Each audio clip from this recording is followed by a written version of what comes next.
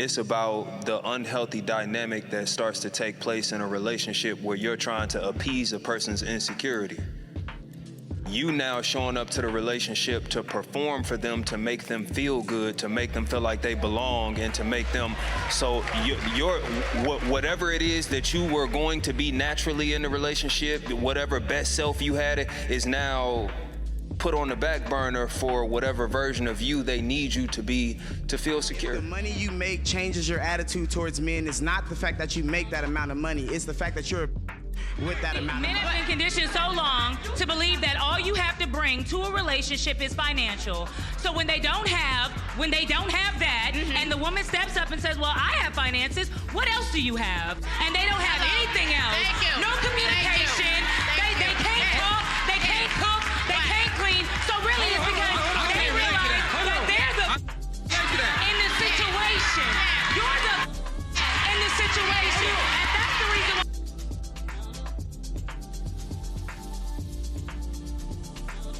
It's a lot of cliche things I could say, and so I'll choose this one. In order for new chapters to begin, old chapters have to end. And so with that, I am announcing my departure from tonight's conversation. People are going through certain things, depending on certain things. It's profit for pain. It's pain. It's money. It's money. Where there is pain, they know people say, I don't want to be in pain. When you're in pain, you don't want to be in pain anymore. So just like these medical companies, they say, here, take these pills, because people are desperate to get out of pain. That's just what it is. It is what it is. Yeah. So I'll be like when you see that and you start to be like, hey, listen, this might be good. Hey, don't do that. Like then it becomes, hey, don't nobody want y'all to heal for real. Shut up. This person is just like me, so I'm gonna go this route. Y'all care too much. Yep. You give a fuck about these people too much. And then when you back up, it's like, and you fall back, it's like, oh, it's just like a budget thing. Like, it's all love. It's not love, it's pure hate. And not on no bitter shit. Just on some, you profit from pain. You love the pain. The pain make you, yeah. If your woman withdraws or starts to shut down on you, more than likely it's something that you've done or said that makes her feel like it's not safe to love you. Like as men, we tend to get it confused. We think, she must be complacent. She done got too comfortable. When ironically, it's probably the exact opposite. More than likely, she's not comfortable at all. And now don't get it. The worst part is whenever you don't even make a valid effort to try to understand how she feels because you so consumed with how much her withdrawal is inconveniencing you. Instead of acknowledging the fact that just by trying to love you, your woman is spiritually withering away right in front of you. And if that goes on long enough, man, she gonna pull away so far that no apology, no begging to go to therapy, no nothing is gonna pull her back in so you can have another chance.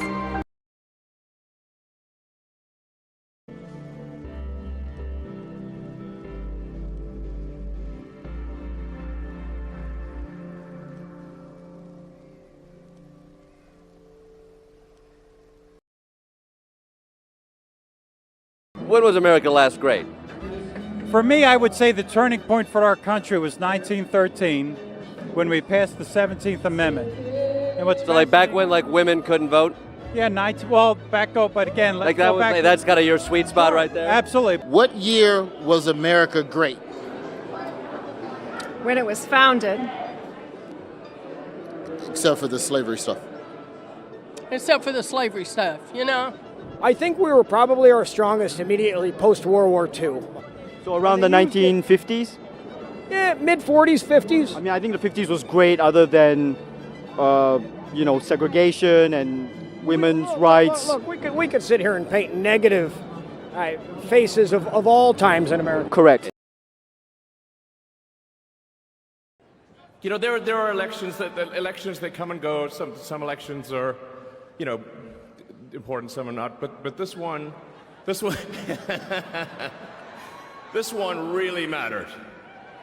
And I just want to say thank you for making it happen. Thank you.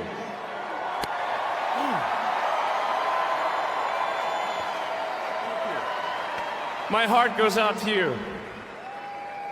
It is thanks to you that the future of civilization. So, I don't believe in coincidences. And it seems like there's this interesting trend of just exposure in the last year and a half. Just a lot of falling apart and exposure. And I'm going to try to word this. People finding out who they really follow and resonate with. So you have a lot of people, even from the Diddies and even the examples that were shared, these people have followings. And it's almost like they reached this point that's almost a little embarrassing. Like, yeah, this is who you were getting advice from. This is who you were following. And it leads to the question, what qualifies someone to speak into your life? Why do you resonate with this topic or this area? And then the question that I'd like to ask, at what point do you stop resonating? At what point is there a resolution? At what point is there growth? A buddy of mine, Rain, hi Rain, she said something about a year ago that really stuck with me. It was like a post about R&B songs and the content. And she said, and I'm paraphrasing, oh, I used to love these songs, but I don't listen to them anymore because I'm happy now. And I said, you know what? At some point, you do have to get to a point where it doesn't hold a space in your heart anymore. And it's just a question of what is speaking life to you. I'm thinking of the life, for example, of tonight's conversation. And I mean, everybody had their pick or their favorite or the person that they resonated with the most. But what was never in question was source. And don't get me wrong, when you're looking at people on TV, it's not that you have to know all of their business for them to speak to you. Some people just have words that really affirm ideas in your life, but you do have to question what is the motive of the people? What is the goal? What is their posture like? What qualifies somebody to speak to me to where I take in what they say? Because believe it or not, when people speak into your life and you are receptive to it in a consistent manner, it becomes an almost mentor relationship, whether you've ever really spent time with them or not. And so I'm very careful on who can speak to me on a consistent level. So to have a good point here and there, that's cool. But what we see on social media is people will create tribes, and if you speak against who they resonate with, it's a battle. If you speak against Beyonce, I remember when Jasmine Sullivan came out with Hotels, the album about 2021. Same thing. Anybody said they didn't like it, you had people that, well, you don't understand, and you're just, and it's like, yo, it's a CD, it's an album about a woman who wrote, and we don't even know if she wrote the whole thing, and she's just sharing and singing ideas. And yes, it's cool if you're like, I've been through that. But in our era, we go a little further. It's a belief system. And anybody that speaks against that belief system that you resonate with is taken as not just a personal attack, but it's almost gatekeeping pain. And it's like, this is the stuff I've been through, and how dare you don't honor it and view and understand my sacrifices and why I'm here. And the truth of the matter is, number one, it's nobody's job to validate you. Number two, at what point do these things stop speaking life into you? I'm a believer. I mean, I listen for qualities of Christ, specifically his personality or his fruit of the Spirit mentioned in Galatians chapter 5. If I don't hear temperance, if I don't hear meekness, if I don't hear love, if I don't hear long suffering, if I don't hear joy, if I don't hear peace, you may have some ideas, but you can't talk long Because it's like, if those elements aren't there, and it's funny because you see all these things that we're seeing, this exposure, and you're starting to see that the people that are giving the advice, there's these hurts, and there's these broken things, and there's these ulterior motives, and and it leaves the question, now you got dudes doing alleged Nazi salutes, but you supported him. But here's the question, what part of you resonated with him and his ideology for you to support that in the first place? A lot of people that don't support him are not shocked that he did it. So it's like, God, what is it in me that attracts monsters, or attracts people who are broken or appear even bipolar or appear? What is it about me that resonates and protects pain? And that is the reflection that I think we're getting from a lot of this exposure. Like I said, there has to be a standard to line it up to, and there has to be a better job of us collectively of guarding our, not, and people get deep and say, oh, your spiritual appetite. Well, yeah, that too. But deeper than that, if you stay in a pool of toxic waste, whether you sniff it next to it or you tip in it, eventually it corrodes everything about you.